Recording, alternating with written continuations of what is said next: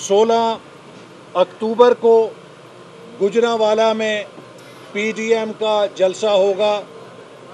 इसके बाद 18 अक्टूबर को कराची में पीडीएम के तहत मरकज़ी जलसा होगा।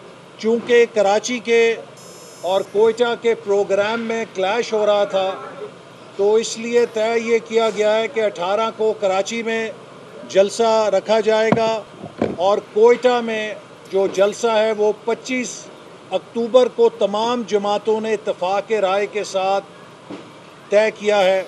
22 नवंबर को पेशावर के अंदर एक अजीमुशान जलसा पाकिस्तान डेमोक्रेटिक मूवमेंट के ज़ेरे निगरानी या इंतज़ाम होगा।